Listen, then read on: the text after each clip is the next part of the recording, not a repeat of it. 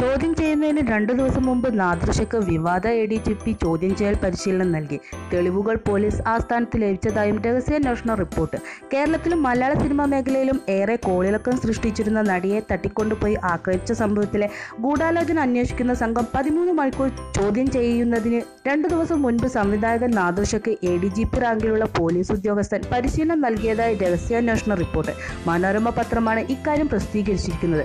പോലീസിന്റെ ചോദ്യങ്ങൾ നേരിടാനുള്ള തയ്യാറെടുപ്പായിരുന്നത്ര ഇത്. ജൂൺ 26 ഉച്ചയ്ക്ക് ശേഷം കൊച്ചിയിലെത്തിയ പോലീസ് ഉദ്യോഗസ്ഥൻ വൈറ്റിലയ്ക്കു സമീപത്തെ കേന്ദ്രത്തിലേക്ക് നാദൃശയെ വിളിച്ചു വരുത്തി പോലീസിന്റെ ചോദ്യം ചെയ്യൽ മുറകൾ വിവരിച്ചു കൊടുത്തതായാണ് റിപ്പോർട്ട്. അന്ന് ഇരുവരുടെയും മൊബൈൽ ടവർ ലൊക്കേഷൻ അടക്കമുള്ള വിവരങ്ങളും ഉദ്യോഗസ്ഥർ വിളിച്ച സ്ഥലത്തേക്ക് നാദൃശ ചെല്ലുന്നതിന്റെ ദൃശ്യങ്ങളും അടക്കമുള്ള വിവരങ്ങളാണ് പോലീസ് ആസ്ഥാനത്ത് ലഭിച്ചത്.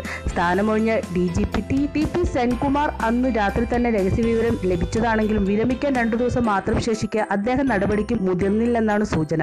ഈ ADGPയുമായുള്ള രഹസ്യമായ അകൽച്ചയും സെൻകുമാർ സംയമനം പാലിക്കാൻ കാരണമായി. കൂടിക്കാഴ്ച നടന്ന 2 ദിവസത്തിനു ശേഷമാണ് ADGP B സന്ധ്യയുടെ നേതൃത്വത്തിൽ നാദൃശ, നടൻ ദിലീപ് എന്നിവരെ ആലുവ പോലീസ് ക്ലബ്ബിൽ ചോദ്യം ചെയ്തത്. ഇതിനിടെ കേസിന്റെ അന്വേഷണത്തിൽ കൂടുതൽ വിവരങ്ങൾ പോലീസിന് ലഭിച്ചു. നടി ആക്രമിക്കപ്പെട്ടതിന്റെ പിറ്റേന്ന് ഒളിവിൽ പോകും മുൻപ് മുഖ്യപ്രതി സുനിൽകുമാറിന് പണം ലഭിച്ചതിന്റെ തെളിവുകൾ പോലീസ് കണ്ടെത്തി. ഇത് എവിടെ നിന്നാണ് കിട്ടിയതെന്ന് വ്യക്തമാകുന്നതോടെ കേസിൽ നിർണായക വഴിത്തിരിവുണ്ടാവും.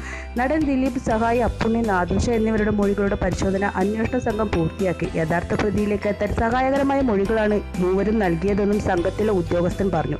മൊഴികളിൽ കൂടുതൽ വ്യക്തത ആവശ്യമെങ്കിൽ മാത്രം ഇവരെ വീണ്ടും ചോദ്യം ചെയ്യും. അപ്പുണ്ണിയുടെ അടുത്ത ബന്ധുവിനെയും ചോദ്യം ചെയ്യാനിടയുണ്ട്.